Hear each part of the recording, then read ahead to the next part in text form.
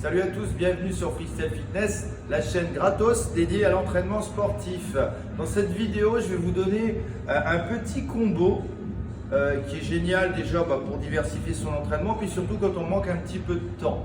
Alors la thématique de cet exercice, alors on ne va pas rentrer dans les petits muscles périphériques, mais grosso modo sur un mouvement, un combo avec halter, parce que vous savez que les charges libres c'est quand même ce qu'il y a de mieux. On va travailler à la fois les biceps, les épaules et les triceps avec deux variations. Donc on va donner une variation debout et une variation assise, car l'engagement musculaire forcément n'est pas le même, et notamment au niveau du rachis. Donc on va démarrer toujours avec des charges très légères. Au début, de toute façon, il faut toujours une série d'échauffements, puis il faut privilégier d'abord la maîtrise technique. Pour ce qui est des volumes, je répète encore une fois, vous ne cassez pas avec des méthodes compliquées.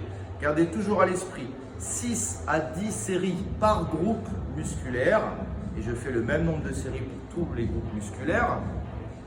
Pour ce qui est des répétitions qu'on va donner à l'échec, ça veut dire si je dis 12, c'est 12, je ne sais pas en faire 13, tout en gardant une bonne qualité. De 6 à 12 répétitions, force et prise de masse. De 12 à 30, voire au-delà, c'est galbe et endurance musculaire. Okay, et récupération, 1 minute 30 à 3 minutes. Et je vous conseille une fois encore d'optimiser cette récupération pour faire les muscles qu'on laisse souvent aller au hasard, la sangle abdominale et le triceps sural, les mollets. Donc, notre exercice du jour, la combinaison, on va d'abord la faire debout. Ok, on ramasse ces petits haltères. Alors moi, quand je fais des ports de charge debout, je conseille toujours de privilégier une posture en sumo.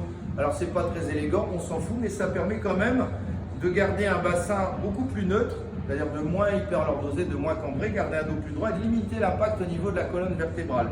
Donc je mets les talons largeur d'épaule, j'ouvre les pointes à 10h10, je fléchis légèrement. Je rentre le ventre, je serre les abdos. Donc je pose ici, tu vois mes petits haltères au niveau des psoas. Je fléchis biceps, je développe, je serre bien les abdos. Je vais poser au niveau de mes trapèzes, je développe, je ramène ici et je déploie. D'accord? Je rentre le bide, il faut serrer les abdos à bloc pour ne pas se laisser emporter. Biceps, je développe, nuque, je reviens, paf, paf. Alors, allez, je vous donne un petit bonus qui n'était pas prévu.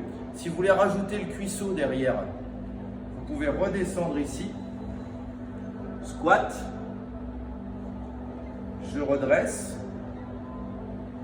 J'incline en gardant le dos plat. Un petit rowing. Je reviens.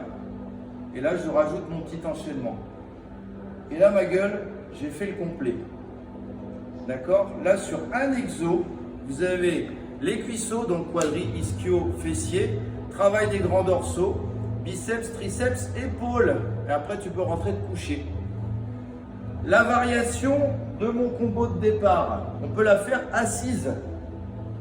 Si vous voulez améliorer votre posture et la tenue au niveau du dos, puis surtout, c'est que quand tu es assis, tu ne peux pas tricher. Tu ne peux pas mettre des petits coups de rein pour lancer les haltères. Donc, tu es obligé de bien travailler.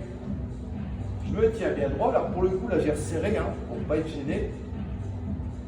Biceps, je me concentre, attention, je suis gainé de ouf.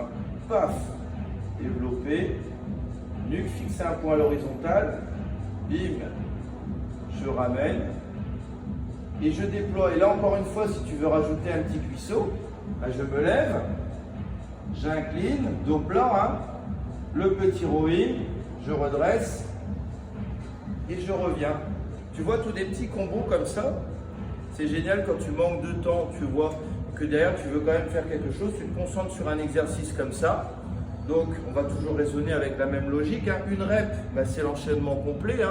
Donc tu adaptes en fonction de ton objectif. Tu fais ça sur 6 à 10 fois. Et voilà, et ton entraînement est plié beaucoup plus rapidement. Ça te permet quand même d'avoir fait un petit rappel assez global. Et puis c'est quand même un peu moins chiant et ça fait travailler ton cerveau. Voilà, c'est tout pour aujourd'hui. Je te donne rendez-vous très bientôt pour une nouvelle vidéo. Ciao!